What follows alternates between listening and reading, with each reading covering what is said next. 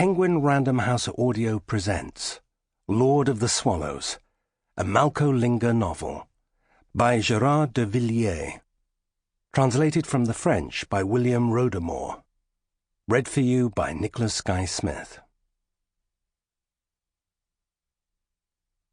Chapter 1. Monte Carlo, Monaco. For maybe the 10th time, the blonde at the end of the banquet table gave Malko the eye. Intriguing. When she caught him looking back, a discreet smile lit up her face, revealing small, gleaming white teeth. But then her table mate said something to her, and she turned her head to answer him. Malko continued watching her. The woman was clearly interested in him, but she wasn't alone. Her companion was a tall, grey-haired man with a strong, set face behind steel-rimmed glasses, a Protestant banker type. Though no great beauty, the blonde was more appealing than her partner. She had a pert nose, regular features, and light blue eyes emphasized by her careful makeup. Small breasts swelled the décolletage of a well-cut ball gown. When she and her companion first sat down, Malko had noticed another thing about her, an unusually attractive ass. It was probably her best physical attribute, because her face and hair weren't especially notable. She was now looking insistently at him again, with the same slight smile. She was clearly trying to catch his eye. But Malko knew that Alexandra was watching him as well.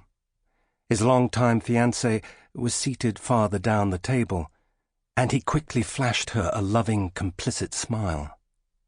Countess Alexandra Vogel was a tigress who always slept with one eye open, and there was no point in provoking her. It was a good thing the unknown blonde didn't have the kind of body to arouse her intense jealousy. Alexandra herself wasn't totally faithful to Malko, but any female drawn to his golden eyes became a potential murder victim. Actually, he wouldn't even have noticed the blonde if she hadn't been sending him those flirtatious glances. Just then, Malko's friend and host, Helmut Ponekow, gave him a cheerful wave from his seat, which was nearest the dance floor.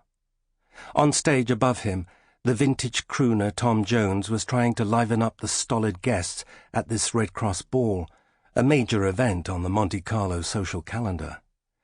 Baron Ponekow had invited Malko and Alexandra to the fundraising gala, along with 3 other couples, Italian and American. Malko found this kind of event deadly dull, but he couldn't very well refuse, because the Baron often invited him to sumptuous hunts and elegant parties at his castle in Upper Austria. A charming man with impeccable manners, Ponekow was well-born, rich, and as snobbish as a royal gynecologist. With the help of carefully chosen intermediaries, he had managed to obtain Monaco residency, which saved him a lot in taxes and probably explained his fondness for the principality. Malko, on the other hand, thought Monaco looked like the stage set for an operetta. It was dwarfed by skyscrapers and riddled with tunnels, its stately old pastel-coloured buildings gradually being buried under new concrete. He found himself wondering if Ponekow's invitation had been an indirect way for the Baron to spend time with the alluring Alexandra. In Vienna, it was rumoured that she and the Baron had had an affair during one of Malko's many trips abroad for the CIA. Was it true? Malko was hardly blameless when it came to fidelity, so he never raised the question. Resolving that kind of ambiguity usually comes at a cost. Now increasingly intrigued, Malko glanced at the blonde again. She didn't look like a seductress.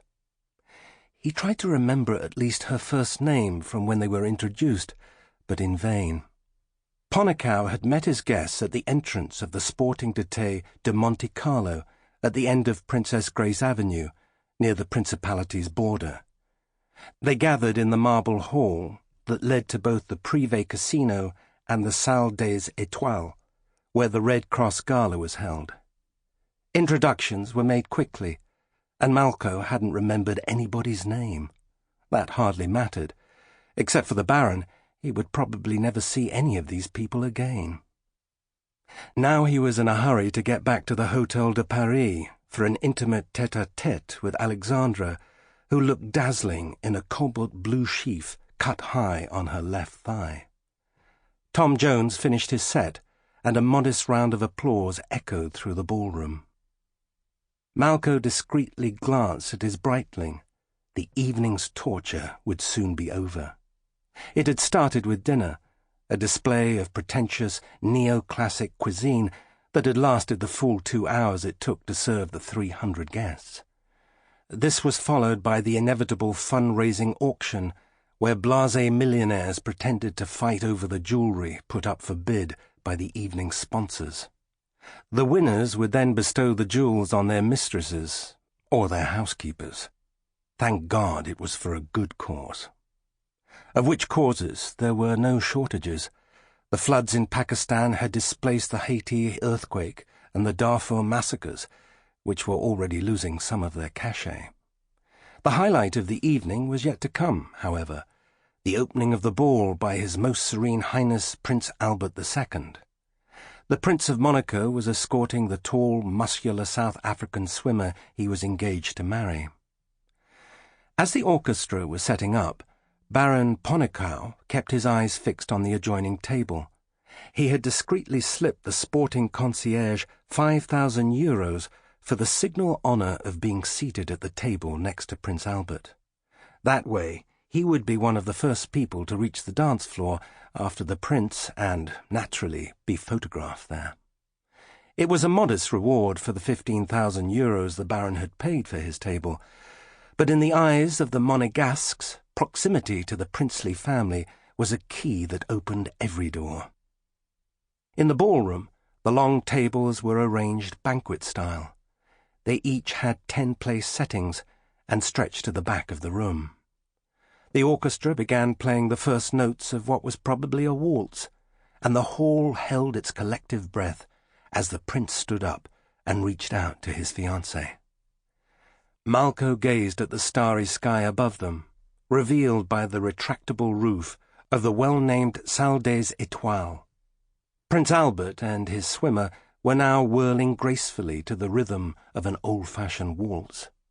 Monaco promptly stood up, adjusted his beautifully cut tuxedo, and, to Malko's surprise, extended his hand to Alexandra, who was seated opposite him. She had no choice but to accept.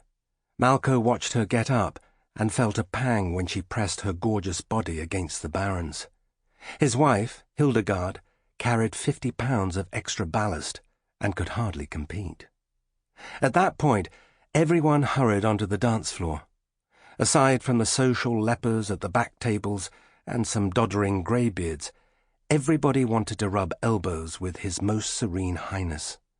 In an instant, the only two people left sitting at Monaco's table were Malko and the mysterious blonde.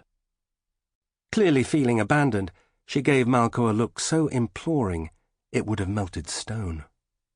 Within moments, they were spinning around the dance floor as well. Even in 4-inch heels, she was so much smaller than Malko that her blonde head rested against the lapel of his tuxedo. After a few waltz steps, she looked up at him and asked, "Are you a friend of Helmut's?" Her voice was high and a bit grating. "I am indeed. Are you?" "He's mainly friends with my husband. We often have him to our house when he comes to New York. He's a charming man." "Are you American?" She spoke perfect English, but with a slight accent. "I have an American passport, but I'm Russian. I left the Soviet Union in 1991 to come to New York. I worked as a nanny and a sales clerk before meeting my husband, Tim Bartok."